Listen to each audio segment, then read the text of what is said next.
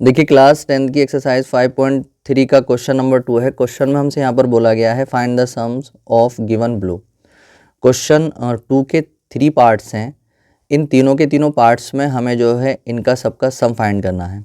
जो ये फर्स्ट वाला पार्ट है ये 7 से स्टार्ट हुआ है, उसके बाद लिखा हुआ है 10.5, उसके बाद लिखा हुआ है 14। तो इन सब में जो है 3.5 का डिफरेंस चल रहा है। इसी डिफरेंस के साथ साथ ये आगे बढ़े हैं और 7 लिखा हुआ है, 10.5 लिखा हुआ है, 14, फिर उसके बाद जो है इसी डिफरेंस से आगे बढ़े हैं और 84 तक गए हैं। इस सीरीज़ की जो सबसे लास्ट की टर्म है वो कितनी है, 84 है।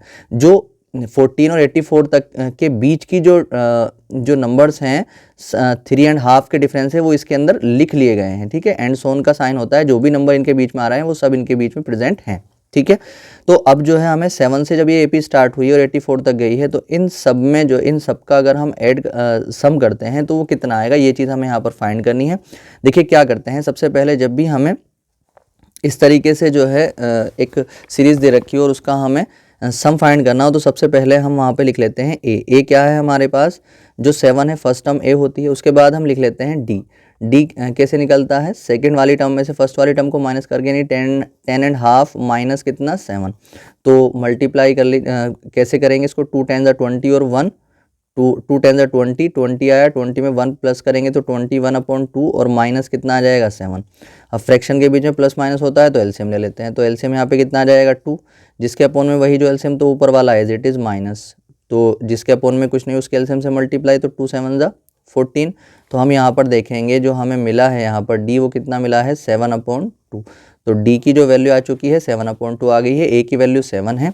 अब हमें जो है यहाँ पर ये जो लास्ट वाली टर्म है ये दे रखी है, लास्ट वाली टर्म 84। तो लास्ट वाली टर्म को लिख लेते हैं, या तो एल लिख लेते हैं या एन लिख सकते हैं, इन दोनों में से कुछ भी लिख सकते हैं। तो मैं यहाँ पर एन लिख रहा हूँ जो कि कितना है 84। लास्ट वाली टर्म को आप एन लिख लिया करें। ठीक है, तो एन दे रखा है हमें 84। अब देखिए हमें सबसे पहले जो सम का जो फॉर्मूला होता है ना, जो किसी भी अगर एपी में है कोई भी सीक्वेंस ऐसा है जो एपी है, तो अगर हमें उसका सम निकालना है तो उसके लिए जो फॉर्मूलाज होते हैं वो दो फॉर्मूलाज यूज़ होते हैं। एक तो Sn is equal to n/2 into 2a और प्लस में n-1 और इंटू में d। ठीक है, ये हम तब लगाते हैं जब हमारे पास फर्स्ट टर्म हो और कॉमन डिफरेंस हो। दूसरा एक फॉर्मूला होता है Sn is equal to n/2 into a plus an। हम ये तब लगाते हैं जब हमारे पास फर्स्ट टर्म हो और an हो। ठीक है, और अगर हमारे पास एन और डी ये तीनों हैं तो आपका मन करे तो ये लगा सकते हैं, आपका मन करे तो ये लगा सकते हैं, आपकी मर्जी है। ठीक है, मगर दोनों ही कंडीशन में आप एक चीज़ ये देख रहे होंगे कि एन हर किसी में आ रहा है, इसमें भी आ रहा है और इसमें भी आ रहा है। तो कहने का मतलब ये है कि पहले हमारे पास एन होना चाहिए, बिना एन के हम इनमें से कोई भी फॉर्मूला नहीं लगा सकते हैं। अब एन क्या होता है, नंबर ऑफ टर्म, यानी जब ये 7 से स्टार्ट हुआ था, फिर उसके बाद आया था 10.5, फिर आया था 14। इसी तरीके से जब इसी डिफरेंस के साथ साथ ये 84 तक गया था तो इनके बीच में कितनी टर्म्स आ गई थी, मतलब यहाँ से लेके यहाँ तक कितनी टर्म्स होंगी, उन्हीं के नंबर क्या होते हैं, एन होते हैं। तो सबसे पहले हमें क्या करना पड़ेगा, एन निकालना पड़ेगा, और एन हम निकाल सकते हैं ए एन के बेस पे। हमें मालूम है एक फॉर्मूला होता है a प्लस n-1 और इंटू में d इज इक्वल टू कितना 84। ठीक है, तो हमारे पास a भी है, ये रहा, d भी हमारे पास है, ये रहा। ठीक है, n हम यहाँ से निकाल सकते हैं। तो a कितना था हमारे पास, a था हमारे पास 7 प्लस n हमें निकालना है -1 और इंटू d हमारे पास कितना आया था 7/2 और इज इक्वल टू में कितना था 84। ठीक है, तो यहाँ पर ये n-1 और इंटू 7/2 को आप ऐसे रखें, 84 को ऐसे रखें, 7 इधर आकर के माइनस का हो जाएगा, n-1 और इंटू में कितना 7/2 को आप ऐसे रखें। 84 में से 7 अगर माइनस हो जाता है तो यहाँ पर बचता है 77। अब हमें इस ब्रैकेट की अगर वैल्यू निकालनी है तो n-1 को मैं ऐसे रख रहा हूँ, और हमें मालूम है जिसकी वैल्यू निकालते हैं उसके साथ में जो मल्टीप्लाई में होता है वो इक्वल वाले के अपोन में चला जाता है, और जो अपोन में होता है वो मल्टीप्लाई में चला जाता है। तो यहाँ से 77 की जब बात करेंगे तो 77 के साथ 2 मल्टीप्लाई में आ जाएगा और 7 इसके अपोन में आ जाएगा।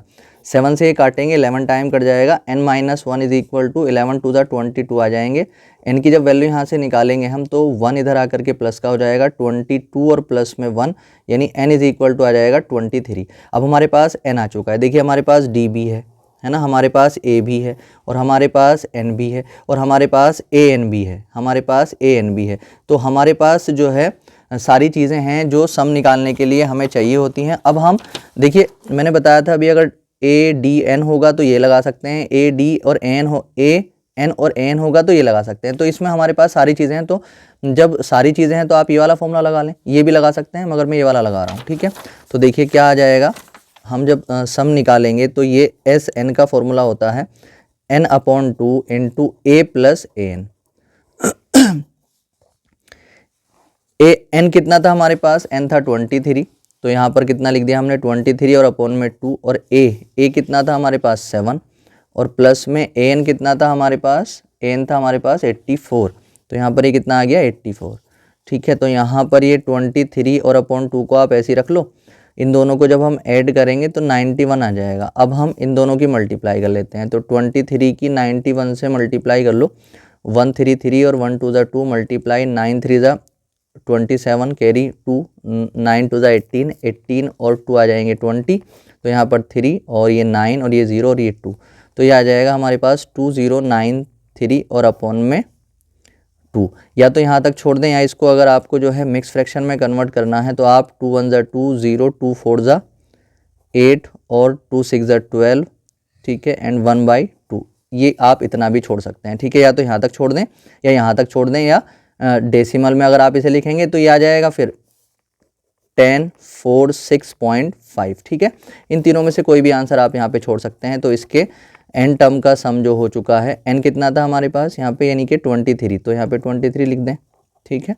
तो ये हमारे पास आ चुका है S23, इसमें 23 टर्म्स थी और इन सब का सम जो आ चुका है वो आ चुका है 1046.5, ये इसका आंसर हो गया।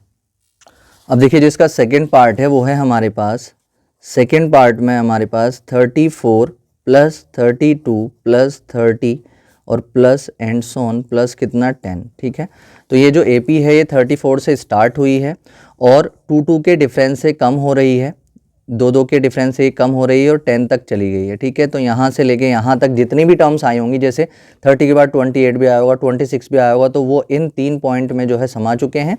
तो वो सारे के सारे इन सब का यहाँ से लेके यहाँ तक जितनी भी टर्म्स आई हैं उन सबका सम हमें निकालना है। तो उसके लिए सबसे पहली चीज़ ए लिखते हैं, ए कितना है 34, उसके बाद डी लिखते हैं, डी कैसे आता है, दूसरी टर्म में से पहली टर्म को माइनस करके, तो 32 में से 34 माइनस होगा तो -2 आ जाएगा, डी की वैल्यू ये आ जाएगी।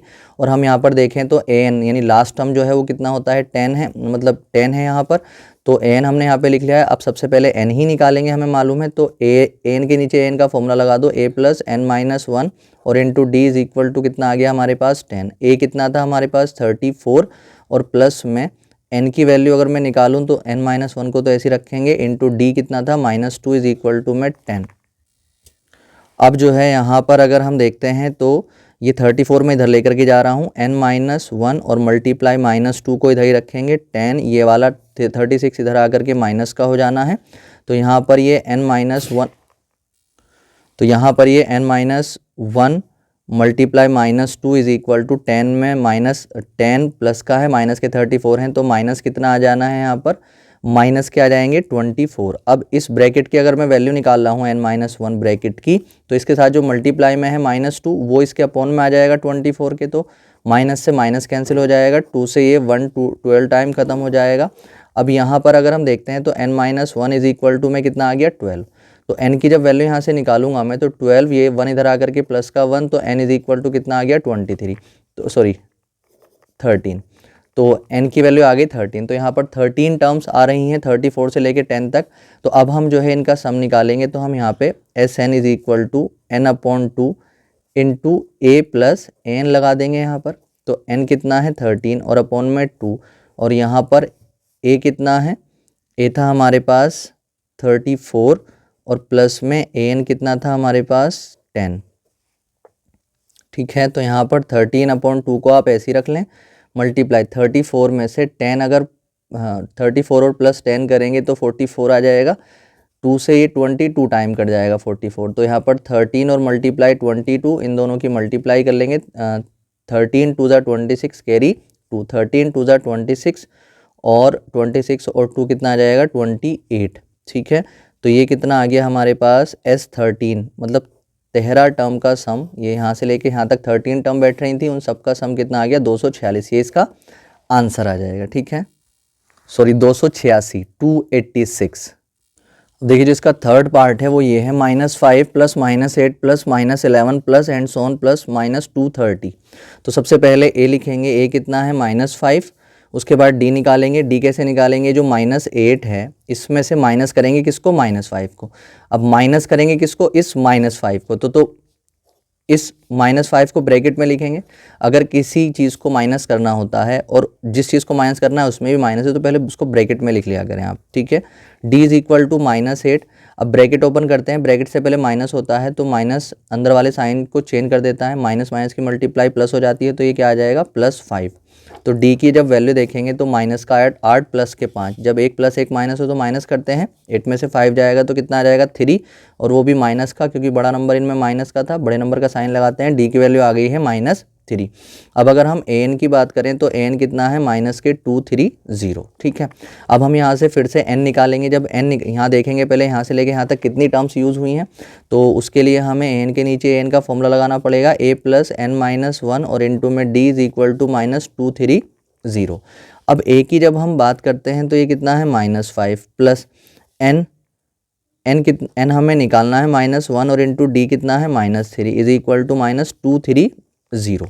अब क्या करेंगे, इस -5 को दूसरी तरफ ले लेंगे, n-1 और मल्टीप्लाई -3 ऐसी रख लें आप, -230, और इधर आकर के प्लस के 5 आ जाएंगे, तो यहाँ पर n-1 और मल्टीप्लाई -3 इज इक्वल टू, ये माइनस ये प्लस तो माइनस में आएगा 225।